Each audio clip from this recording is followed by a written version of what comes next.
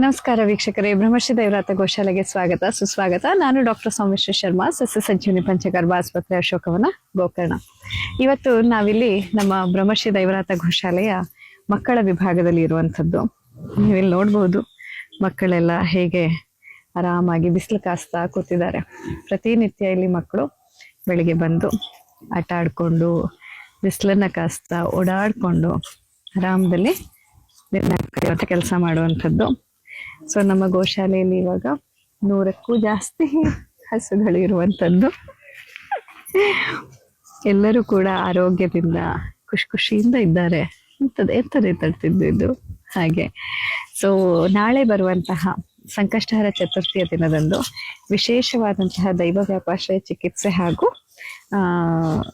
ಗೋಪೂಜೆಯ ಒಂದು ಅವಕಾಶ ಲಭ್ಯವಿದೆ ನಿಮ್ಮೆಲ್ಲರಿಗೂ ಕೂಡ. ನೀವೆಲ್ಲರೂ ಕೂಡ ನಿಮ್ಮ ಹೆಸರನ್ನ, ರಾಶಿ, ಗೋತ್ರ, ನಕ್ಷತ್ರ ಗೊತ್ತಿದ್ರೆ ಅದನ್ನ ಕೊಟ್ಟಲ್ಲಿ ನಿಮ್ಮ ಹೆಸರಲ್ಲಿ ಕೂಡ ಸಂಕಲ್ಪವನ್ನ ನೀವು ನೋಂದಣಿ ಮಾಡಿಸ್ಲಿಕ್ಕೆ ಅವಕಾಶವನ್ನ ಕಲ್ಪಿಸಲಾಗಿದೆ. ನಾಳೆ ಬೆಳಿಗ್ಗೆ ನಸುಕಿನಲ್ಲಿ ಬೆಳಗಿನ ಜಾವದಲ್ಲಿ ನಾಳೆ ಪೂಜೆ ಶುರುವಾಗಲಿದೆ. ಧನ್ವಂತರಿಗೆ ತಿಲತೈಲದ ಅಭಿಷೇಕ ಇದೆ. ಹಾಗೆ ಸಂಕಷ್ಟಹರ ಚತುರ್ಥಿ ಆಗಿರೋದ್ರಿಂದ ಮಹಾಗಣಪತಿಯ ಆರಾಧನೆ ಹಾಗೂ ಪೂಜೆ, ಅದರ ನಂತರ ಧನ್ವಂತರಿಯ ಅಭಿಷೇಕ, ನಂತರ ರುದ್ರಾಭಿಷೇಕ ಹಾಗೂ ಹೋಮ, ಇವೆಲ್ಲವುಗಳು ಕೂಡ ನಾಳೆಯ ದಿನ ಇಲ್ಲಿ ನಡೆಯಲಿದೆ. ಹಾಗಾಗಿ ಈ ಎಲ್ಲ ಪ್ರಕ್ರಿಯೆಗಳಲ್ಲಿ ವಿಶೇಷವಾದ ಗೋಪೂಜೆ ಹಾಗೂ ಗೋಗ್ರಾಸ ಸೇವೆಯಲ್ಲಿ ನೀವು ನಿಮ್ಮ ಹೆಸರನ್ನ ನೋಂದಣಿ ಮಾಡಿಸಿಕೊಳ್ಳಬಹುದು.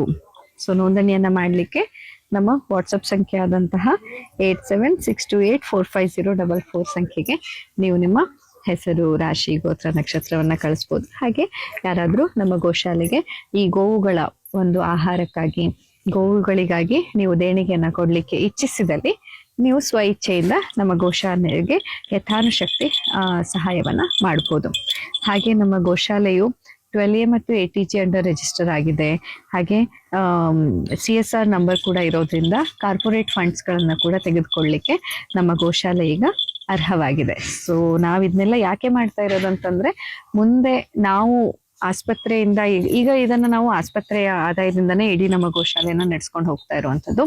ಮುಂದೊಂದು ದಿನ ಅದು ಸಾಧ್ಯವಾಗದೇ ಇದ್ರೂ ಕೂಡ ಈ ಎಲ್ಲ ಫಂಡ್ಗಳ ಒಂದು ಅರ್ಹತೆಯನ್ನ ಯಾಕೆ ಗೋಶಾಲೆಗೆ ತಗೊಂಡಿದ್ದು ಅಂತಂದ್ರೆ, ಮುಂದೆ ಸಹ ಇದು ಸದಾ ಕಾಲ ನಡ್ಕೊಂಡು ಹೋಗ್ಬೇಕು. ಮುಂದೆ ನಾವಿಲ್ಲದಿದ್ದಾಗ ಕೂಡ ಈ ಗೋವುಗಳು ಅನಾಥರಾಗಬಾರ್ದು, ಗೋವುಗಳ ಒಂದು ಗೋಶಾಲೆ ನಿಂತು ಹೋಗ್ಬಾರ್ದು ಅನ್ನೋ ಕಾರಣಕ್ಕೆ ನಾವು ಇದೆಲ್ಲ ಮಾಡಿರುವಂಥದ್ದು.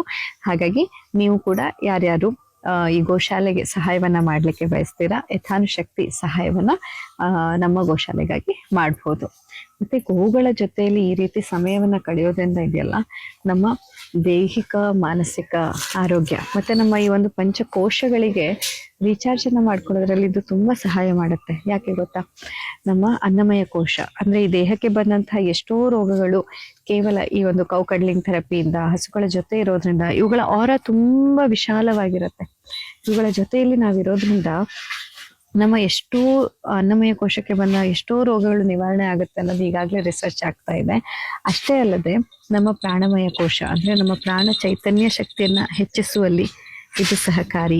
ಮನೋಮಯ ಕೋಶ, ಮನಸ್ಸಿನ ಭಾವನಾತ್ಮಕ ತುಮುಲಗಳಿದ್ದಾಗ ಮನಸ್ಸಿನ ಮನೋಮಯ ಕೋಶದಲ್ಲಿದ್ದಂತಹ ಸಮಸ್ಯೆಗಳನ್ನ ನಿವಾರಣೆ ಮಾಡುವಲ್ಲಿ ಕೂಡ ಈ ಗೋವುಗಳ ಜೊತೆ ನಾವು ಸಮಯ ಕಳೆಯೋದು ತುಂಬಾ ಸಹಕಾರಿಯಾಗಿದೆ.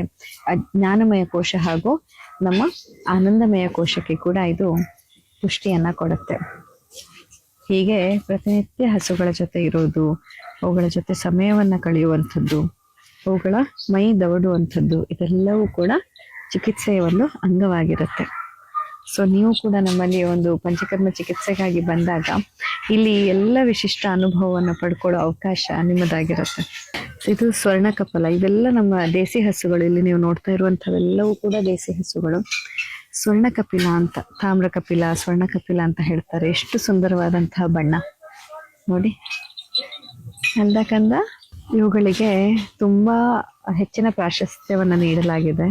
ಸ್ವರ್ಣ ಕಪಿಲ ಅತ್ಯಂತ ಶ್ರೇಷ್ಠವಾದ ತಳಿಗಳಲ್ಲಿ ಒಂದು. ಇವುಗಳ ಹಾಲಿರ್ಬೋದು, ಇವುಗಳ ಒಂದು ಗೋಮೂತ್ರ, ಗೋಮಯ, ಇವೆಲ್ಲವುದರಲ್ಲಿ ಸಹ ಉತ್ಕೃಷ್ಟವಾದಂತಹ ಗುಣಮಟ್ಟ ಇರೋದು ಈಗಾಗಲೇ ಸಿದ್ಧವಾಗಿದೆ.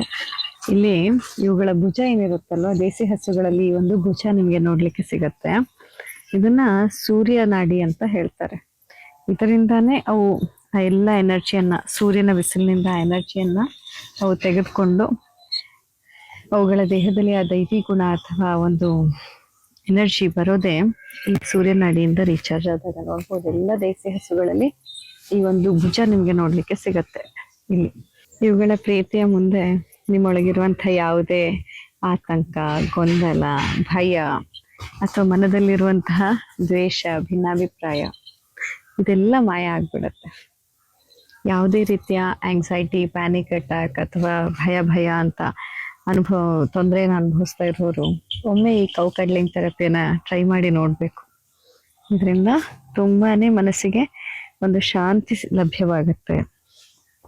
ದೇಹ, ಮನಸ್ಸು, ಆತ್ಮ ತುಂಬಾನೇ ಪ್ರಶಾಂತ ಸ್ಥಿತಿಗೆ ಹೋಗಿರೋದನ್ನ ನೀವು ಅನುಭವಿಸ್ಲಿಕ್ಕೆ ಸಾಧ್ಯವಾಗತ್ತೆ. ನೋಡಿ ಎಂತಹ ಸುಂದರವಾದಂತ ಒಂದು ದೃಶ್ಯ ಅಂತ. ಇಬ್ರು ಒಬ್ರಿಗೊಬ್ರು ಎಷ್ಟು ಆತ್ಮೀಯತೆಯಿಂದ ನೋಡು.